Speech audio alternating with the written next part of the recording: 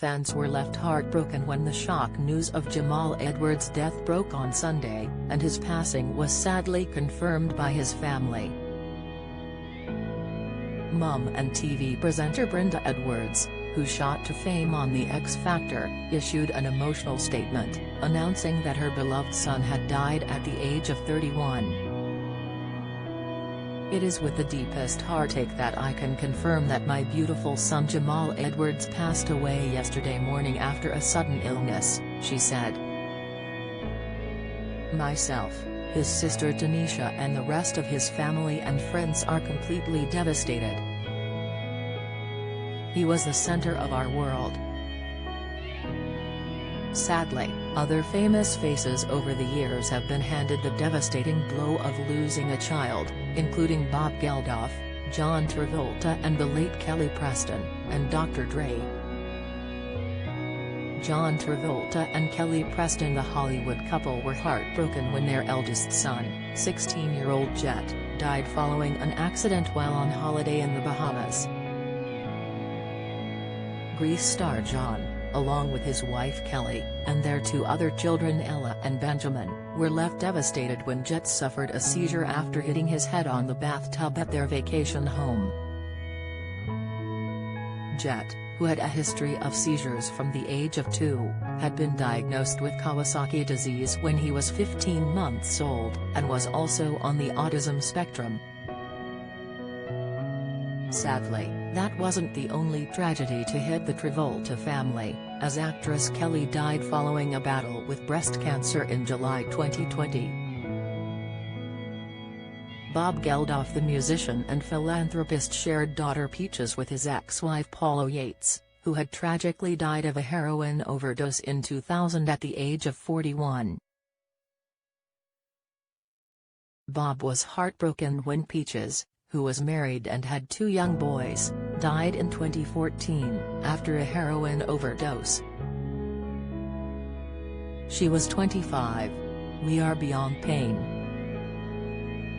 She was the wildest, funniest, cleverest, wittiest and the most bonkers of all of us," the Boomtown Rats singer said in a statement following her death. "We loved her and will cherish her forever." Bob said he helps out Peaches' widower Thomas Cohen with the couple's 2 young sons, Astala, 7, and Phaedra, 6, and described his grandsons as beyond stupidly cute.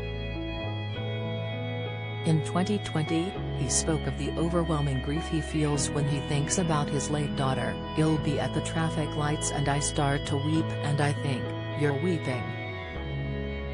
And I say, 'Let it go. Let it happen.'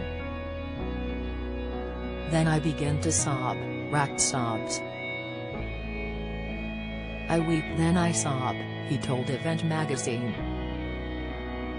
Regina King. In January this year, the Oscar-winning actress was rocked by the sudden death of her only son Ian Alexander Jr. At the age of just 26, Regina issued a heart-wrenching statement when news broke of her son's passing, which was officially ruled as a suicide by a coroner. "Our family is devastated at the deepest level by the loss of Ian. He is such a bright light who cared so deeply about the happiness of others. Our family asks for respectful consideration during this private time. Thank you," she said. Regina shared her son with ex-husband record producer Ian Alexander Sr. And the mother-son duo often appeared at red carpet events together. "You don't know what unconditional love is. You may say you do, but if you don't have a child, you don't know what that is," she previously said of her unbreakable bond with her son. Dr. Dre, the hip-hop icon, suffered a tragic loss in August 2008, when his 20-year-old son Andre Young Jr. was found dead inside his home in California. Andre died from an overdose of heroin and morphine, and was found by his mother, Janita Porter, in his bed, but paramedics were unable to revive him, and he was pronounced dead at the scene. Dr. Dre is mourning the loss of his son Andre Young Jr. Please respect his family's grief and privacy at this time, a rep for the rapper said in a statement. The still Dre hitmaker has never spoken about the loss of his son. Nick Cannon. Back in December, the TV star, actor and musician announced the sad news that his 5-month-old baby son, Zen, had passed away after a brave battle with brain cancer. Nick and model Alyssa Scott mourned the loss of their baby boy, who had been diagnosed with a rare and aggressive form of brain cancer just weeks after he was born. "My heart is shattered. I wish I could have done more, spent more time with him, taken more pictures. I wish I could have hugged him longer," he said in a statement. "It was a privilege being Zen's mommy. It's so beautiful and encouraging to see even complete strangers being touched and moved by Zen's light," model Alyssa shared. Sinead O'Connor. The Nothing Compares to You singer announced the death of her 17-year-old son Shane earlier this month, and shared the news in a heartbreaking post on social media. "My beautiful son, Nevim Nesta Ali Shane O'Connor, the very light of my life, decided to end his earthly struggle today and is now with God," Sinead tweeted. "May he rest in peace and may no one follow his example. My baby. I love you so much. Please be at peace." The teenager was found dead after he went missing from hospital, and Sinead told her fans Shane had planned his funeral a month before tragically taking his own life.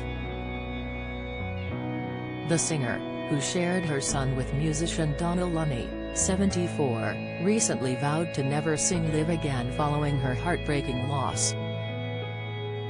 Marie Osmond. In 2010, the singer and TV star was left reeling following the sad news her 18-year-old son Michael Blossel had taken his own life. The teenager was one of Marie and husband Brian's 8 children, and in 2007, Michael entered rehab for undisclosed reasons. The former Osmonds star opened up on her son's tragic death during an interview with Oprah Winfrey almost 10 years after her son passed away, and said Michael was suffering from depression because he was being bullied. She said her son was bullied very heavily until he took his own life, and said he was targeted because of his sobriety. Eric Clapton. The iconic rocker was dealt a devastating blow in 1991, when his 4-year-old son Connor Clapton died in a horrifying accident. Eric shared the youngster with Italian actress Lori Del Santo, and his son was being cared for by a nanny while in his mother's 53rd floor apartment in Manhattan. Connor fell to his death from a window in the apartment, leaving his parents utterly heartbroken over the senseless tragedy. To deal with his grief, Eric penned the hit song Tears in Heaven, which features the emotional lyrics, "Would you hold my hand if I saw you in heaven?" The musician described his son Connor as the one thing in my life that good could come out of, and became sober when he was born. When he was born, I was drinking, and he was really the chief reason that I went back to treatment, because I really did love this boy, Eric said during an interview on US show 60 Minutes in 1999.